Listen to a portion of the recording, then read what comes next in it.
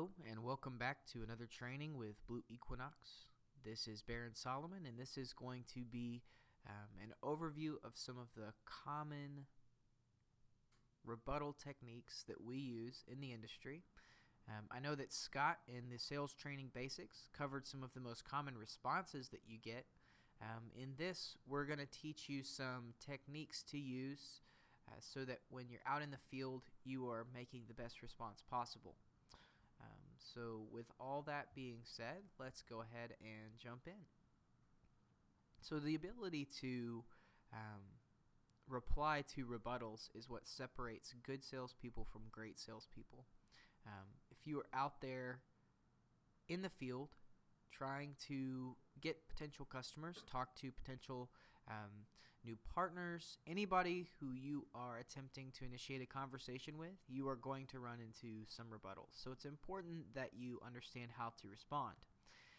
The first step is always to agree with whatever the customer has said. So, for example, listen, we really just don't have time to do that right now. I completely understand, Mr. Customer. Always make them feel like you are hearing what they are saying and that you understand, but then it's important to come back with your own response. One technique to do this is to use the feel, felt, found.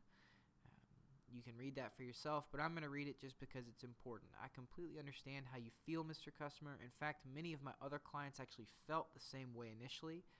But what we found was after we did our free analysis, we were actually able to help them and provide value in multiple areas. Another one would be, listen, I completely understand Dr. Smith. In fact, when I spoke to Dr. Robinson down the hall, he felt the same way. But let me tell you what we found. We found that through our ability to secure patient information and provide a comprehensive disaster recovery solution, we were able to show value in that area, and then in accordance with that in the rest of his IT solution. So, just two quick examples, one off the top of my head, one from the PowerPoint, about ways that you can use the feel, felt, found technique in accordance with another sales principle, the Jones effect, which you learned about in the Sales Training Basics. These are things that are actually useful in the field. They're things that you should really learn how to do and how to use because they work. This is a lifetime of sales experience from many people before us and from our C-level employees here who have used these techniques for themselves and understand that they work. Okay, so what your goal is always to be pushing the ball forward. You never want the conversation to go stagnant for any length of time. Our CEO Scott's favorite phrase is, so with all that being said, and you just transition to wherever you want to go. He will sizzle the deal, say 10 minutes worth of stuff, and then always finish it up with, so with all that being said, how do we feel about moving forward? Or, so with all that being said, I'd like to set a follow-up meeting for us to discuss.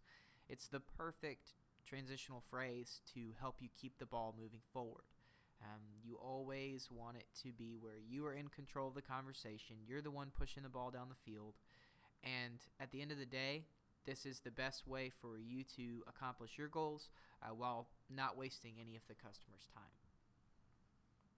So this is extremely important. You never want to be the person who comes across as unprofessional or flies off the handle. Obviously, number one, that's going to really hurt your chances with the potential prospect that you're talking to. But number two, it's going to make you look unprofessional. It's going to affect the organization. You're going to, you only get one chance to make a good first impression.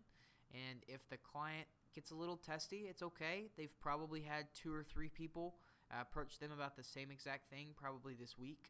So, some of them sometimes are going to be having a bad day, and they're going to get a little angry or a little testy. But you always maintain your calm and your professionalism because you understand what's going on and you can relate to their position. Like I just said, relate to the customer. You're able to relate to their position. Mr. Customer, I'm sure you get a lot of people in here day after day trying to sell you something, but that's not really what we're here for. And that's the honest to God truth. We're there to provide consulting services. At the end of the day, obviously we want them to buy service, but our job first and foremost is to do a free IT analysis to make sure that you are properly utilizing the capabilities that you have available to you in this area. That is really where you're going to separate yourself from the guy who sells service for Comcast or sells service for AT&T. Is your ability to say that you're an impartial third party, that you're just going to make the recommendation that best suits the customer and then be on your way, which is absolutely the truth. But again, being genuine, being able to relate to the customer, to understand where they're coming from, that's going to really help you out as you come into contact with people who are going to give you these types of rebuttals. So the last point in this slide is probably the most important. Sometimes customers just aren't worth it, and you have to learn how to identify individuals who are just being nice and those who are actually interested in utilizing your services. You want to spend quality time with quality people. Your most valuable asset is time. We can't get any more time. You can get more money, you can get more training, you can get more knowledge, you can get more experience. You can't get more time. It's finite. So use it wisely and make sure that you're spending it with the right individuals. Again, this has been an overview of some of the common practices in handling rebuttals. This is in accordance with the end of the Sales Training Basics video, where you watched Scott explain some of the most common responses that we get and how to respond to those. This is Baron Solomon, and we will see you next time.